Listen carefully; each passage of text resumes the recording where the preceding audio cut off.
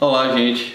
Gravando mais uma videoaula do projeto Bahia Produtiva, fazendo até à distância, né? Uma forma encontrada pela CAI e pelo governo do estado da Bahia de não perdermos o contato com o público beneficiário desse projeto. Hoje o tema que a gente vai falar um pouco são os cuidados com os neonatos de cabras, né? Os primeiros cuidados que temos que ter com os cabritos.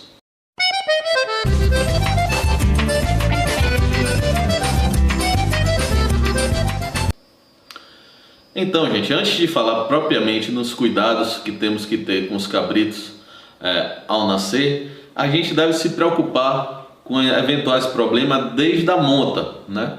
O que é a monta? Quando o bode cruza a cabra.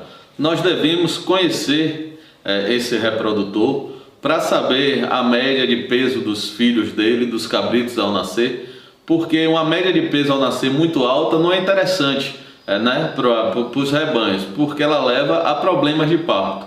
Então, se a cabra não consegue ter um parto normal e tranquilo, já pode causar problemas, sofrimento demais para o cabrito ao nascer, né?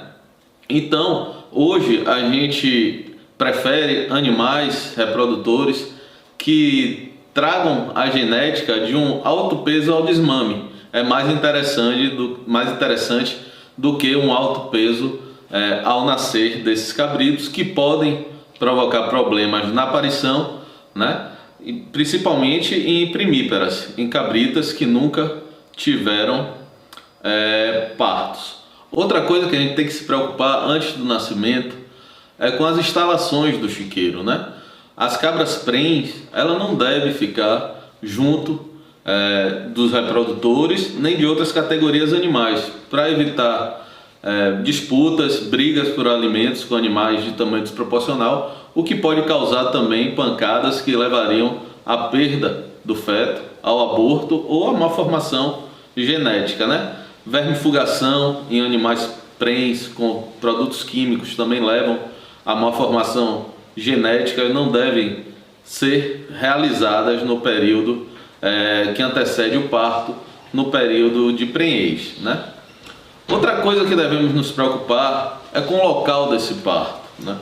O animal não deve parir dentro do aprisco, porque o aprisco é o lugar mais sujo que tem dentro da roça. No aprisco está cheio de matéria orgânica, das fezes, do esterco, o que leva a uma multiplicação muito grande de micro-organismos, né?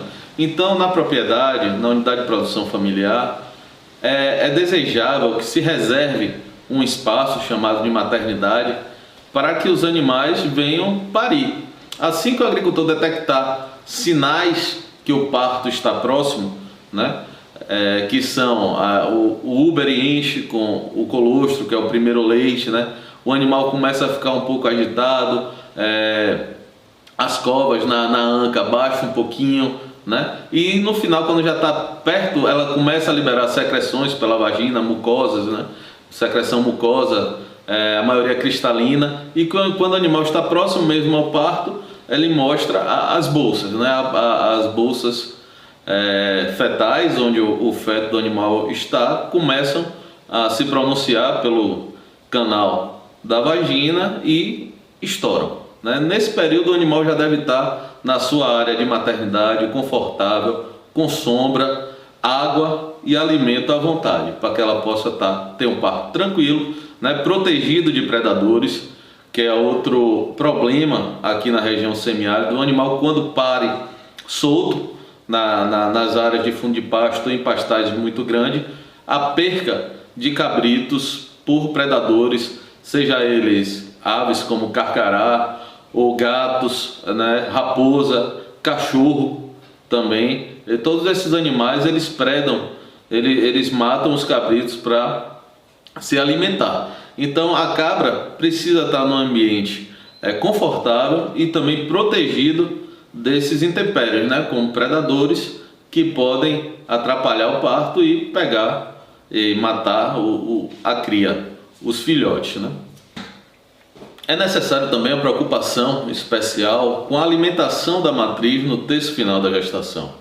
Ou seja, o último mês e meio antes do parto, ela deve receber um suplemento no coxo, com plantas forrageiras de qualidade nutricional melhor. A mineralização também desses animais deve ser fornecida com qualidade, né? Porque no terço final da gestação os ossos crescem muito, o esqueleto é consolidado, o animal desenvolve demais no terço final de gestação, o último mês e meio, né? Então esses cuidados para que o animal chegue no parto com força, sem carência mineral, sem deficiência nutricional, são muito importantes para um parto tranquilo, que a cabra consiga dilatar, né, e expulsar o feto sem maiores problemas, né? E falando no parto, o que é um parto normal para um caprino, né? O parto normal na cabra, ele deve durar de 2 a 6 horas no máximo, do início dos sinais do parto até o cabrito estar no chão com a cabra lambendo, reconhecendo seu filhote, não deve passar de 6 horas. Por isso é importante também que essa maternidade seja próxima da casa do agricultor, para que ele possa acompanhar todo o parto e, se necessário, interferir, né? Às vezes o cabrito ele vem numa posição que não dá para sair, uma mão atravessada no canal do parto, ou então a cabra está parindo de os dois cabritos querem sair junto no canal e não consegue, né? Não passa dois, um já sai apertado, dois é impossível de sair junto, né? Mas se ele for interferir ou chamar um técnico que tenha conhecimento para fazer essa intervenção, é necessário os EPIs, os equipamentos de proteção, como luva para proteger o animal e a pessoa também que está fazendo a manipulação. Então, no máximo 6 horas de parto é o natural para que a cabra esteja com o cabrito no chão. O cabrito nascendo, né, é muito importante essa tranquilidade para que a cabra reconheça a cria como sua, né? É muito importante ela lamber o cabrito, né, e que estimula as vias respiratórias para o cabrito expulsar o resto das secreções uterinas que estão no seu nariz, na sua boca, né? Então esse reconhecimento da mãe com as crias é muito importante para estimular a respiração e ela não, como a gente diz, não enjeitar a sua cria, né?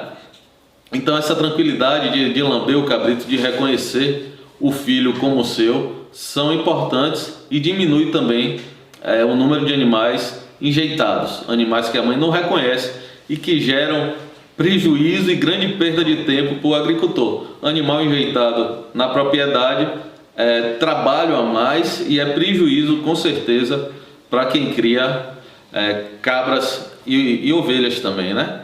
Então a mãe reconheceu o cabrito como seu, está mamando, está lambendo a cria, identificando, protegendo. A gente aí passa a observar outro fator importantíssimo, que é um cuidado vital para todos os ruminantes, inclusive as cabras e ovelhas, né? Que é a mamada do colostro. O ruminante, ele tem uma proteção uterina que não permite que muita defesa seja passada para o animal enquanto está no útero da mãe, né? Então a transmissão dessas defesas, das chamadas imunoglobulinas, ela é feita na mamada do colostro, né? Então o colostro, aquele leite grosso, amarelado, né, ele é vital para que um ruminante sobreviva. E ele tem que ser mamado nas primeiras 6 horas de vida. Então o cabrito nasceu, ele tem que mamar o colostro no máximo 6 horas após o seu nascimento, e deve ser um colostro de qualidade, um colostro que tenha imunoglobulinas suficientes, ou seja, defesas suficientes para serem absorvidas na parte do intestino do cabrito, que vão estimular que o cabrito comece a produzir as suas defesas. Então o cabrito nasce sem defesa, num ambiente hostil, né, que é o mundo. Ele sai da proteção do útero e ele precisa dessa primeira vacina, vamos chamar assim, tão importante para o ruminante que nasce sem defesas, num mundo que é coberto por micro-organismos, bactérias, vírus, fungos, né? Então, se ele não mama esse colostro, ele não cria defesa. E por que nas primeiras 6 horas? Porque o cabrito, quando nasce, ele tem algumas células no seu intestino que só sobrevivem 6 horas. E são essas células que são responsáveis por absorver as imunoglobulinas, né, essas defesas fornecidas pelo colostro.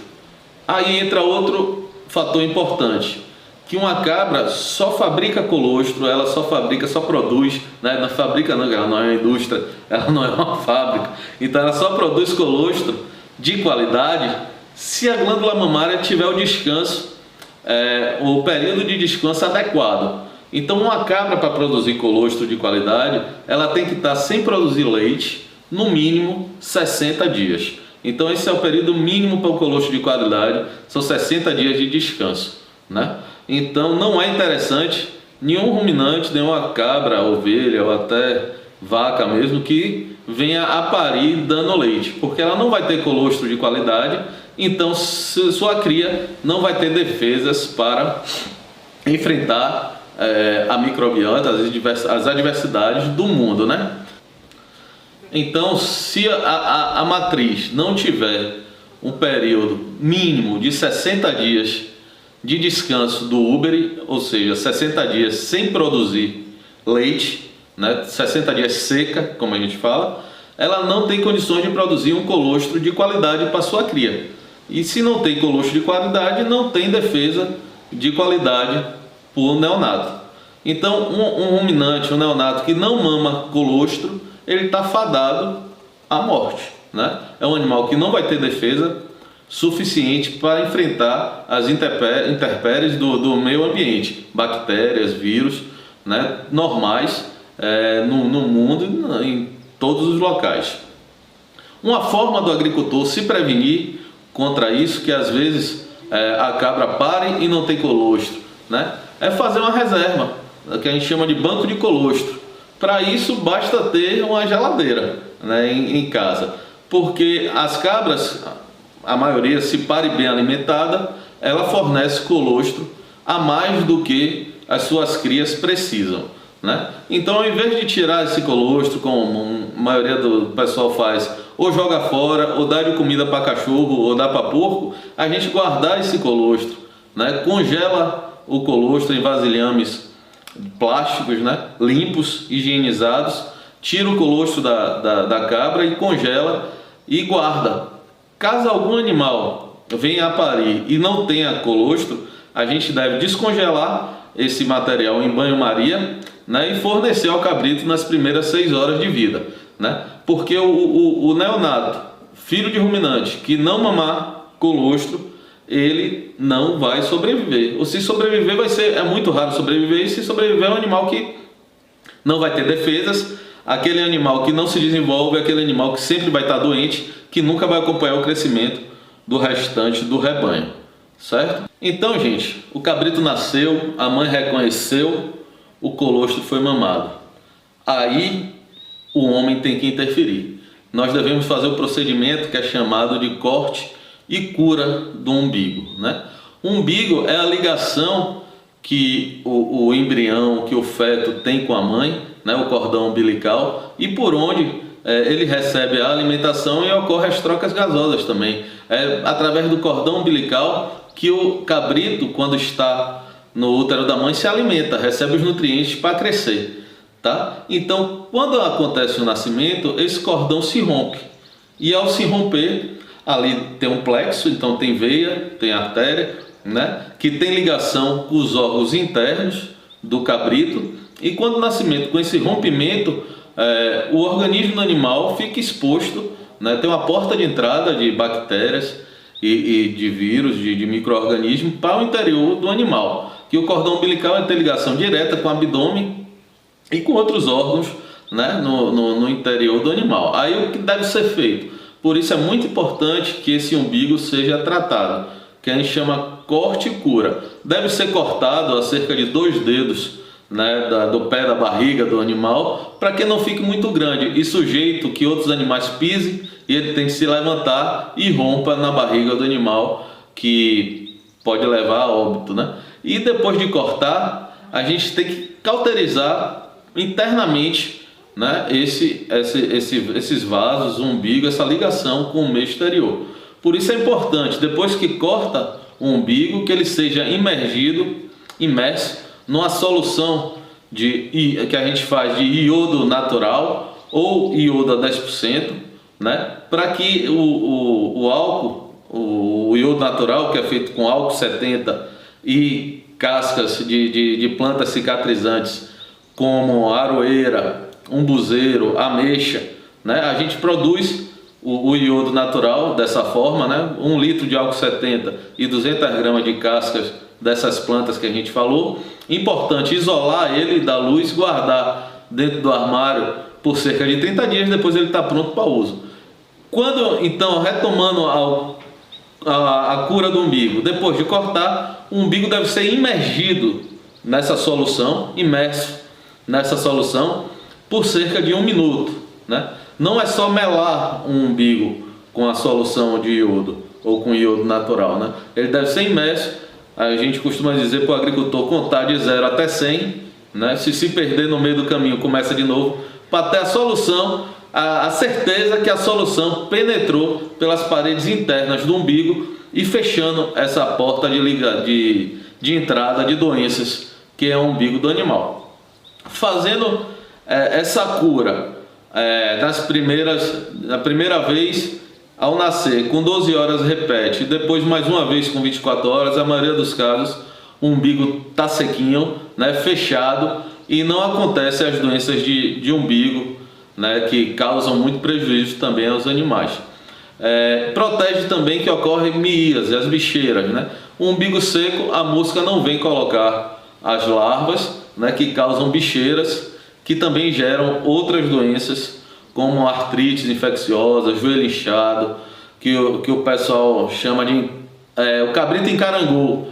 Quando os agricultores chegam contando essa história, André, o cabrito encarangou, pode ter certeza que teve bicheira, o umbigo foi mal curado, e aí encarangou, é prejuízo ou morte do cabrito, que ele não vai desenvolver. Por isso, muito importante o corte e a cura do umbigo logo depois que a cabra reconhece o cabrito e que ele mama o colostro, certo? Também devemos observar, logo após o nascer, se os recém-nascidos têm alguma malformação, né? Nós aumentamos muito a chance de nascimento de cabritos, que a gente chama macho-fêmea, com os dois sexos, hermafroditas, quando nós usamos o reprodutor e a fêmea caprinas, mochos de nascença, ou seja, animais que não têm chifre, e colocamos para reproduzir. A gente aumenta muito a chance de nascer hermafrodita, isso na espécie caprina, que o chamado caráter mocho está diretamente ligado ao aumento do caso de hermafroditismo, ou seja, animais dos dois sexos, né, que não servem para reprodução. Importante observar também se há alguma malformação nele, né? É comum, e não é a característica desejável, o queixo curto ou agnatismo, né, o prognatismo, né, na boca dos animais, né? O queixo curto é uma característica que é transmitida, é hereditária, transmite dos pais para a fêmea e não deve ser mantida no rebanho. Então esse é o tipo do animal que deve ser descartado assim que tiver peso suficiente para ir para o abate, não mantendo animais assim no rebanho. Outra coisa que devemos observar no cabrito assim que nasce são os aprumos, né? Eles podem ter defeitos de aprumo nas patas, nos membros, que devem ser observada a ocorrência, o número de vezes que isso acontece no rebanho, para que sejam identificadas as matrizes, né, ou o reprodutor, e esses animais também não devem continuar no rebanho. Então, depois que o animal nasceu, foi reconhecido, mamou o colostro, curamos o umbigo, nós temos que ter cuidado agora com as instalações. Animais muito jovens não devem ir para o campo solto, não deve ser solto em fruto de pasto, porque eles ficam à mercê dos predadores, né? Então eles devem ser contidos no chiqueiro que forneça conforto para eles, né? Dentro do aprisco eles devem ter acesso à alimentação. É importante que seja oferecido forragens tenras, né, de qualidade, com valor nutritivo bom, a partir do 20º, do 30º dia de vida, porque quanto antes eles se tornarem ruminantes, né, Antes nós vamos conseguir tirá-lo ele das matrizes, fazer a apartação, liberando a fêmea para o retorno à vida reprodutiva. Então, quanto antes o cabrito tornar ruminante, quanto antes a cabra tem outra cria, e quanto mais cria, maior rentabilidade para o agricultor, criador de cabras, né?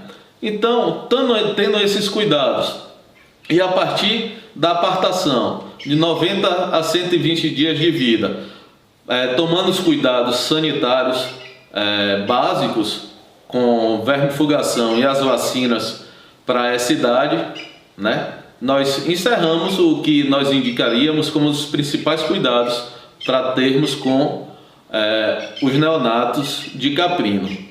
E lembrando que, para dúvidas ou maiores curiosidades, é sempre um prazer o contato conosco através do site do IRPA, www.irpa.org.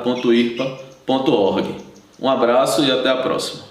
Até a Distância é uma adaptação das atividades de assistência técnica e extensão rural do Bahia Produtiva, projeto do Governo do Estado da Bahia por meio da Secretaria de Desenvolvimento Rural do Estado da Bahia, executado pela CAR, Companhia de Desenvolvimento e Ação Regional, com recursos provenientes de acordo de empréstimo com o Banco Mundial.